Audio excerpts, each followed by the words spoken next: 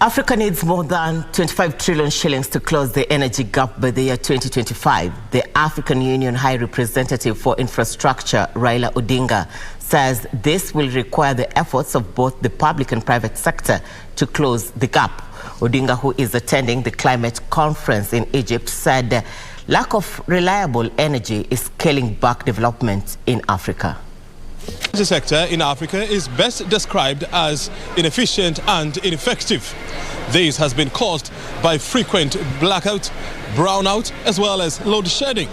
The African Union High Representative for Infrastructure, Raila Odinga, is calling for increased funding and more so in sustainable and green energy. For the longest time, Africa has been termed by many as the dark continent due to its low energy production. Close to 650 million people do not have access to stable energy, while consumption on the continent is the lowest, with the average consumer using less than 200 kilowatt hours, which is less than what is needed to power a modern refrigerator. So we are entering a very dangerous phase in climate change discussion.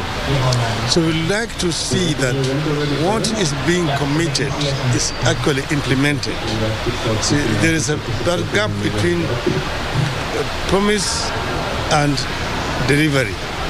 That is what we want to see closed. The African Union High Representative for Infrastructure Development, Raila Odinga, says low energy penetration on the continent is contributing greatly to the high poverty levels due to lack of industrial development. Raila says the continent needs to team up with the private sector to deepen investment more so in the renewable energy. I believe that we can actually be able to mobilize private sector funding into these other sectors. But our other partners, development partners, must also play their part in delivering in terms of what they pledge.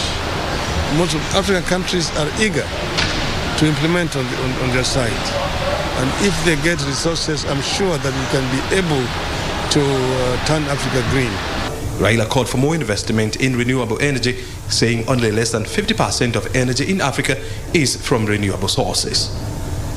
Kenya has been recognized as a major mover in the renewable energy, with close to 90% of the country's energy being generated from clean sources, while the country targets to fully transition to renewable energy in 3 years' time.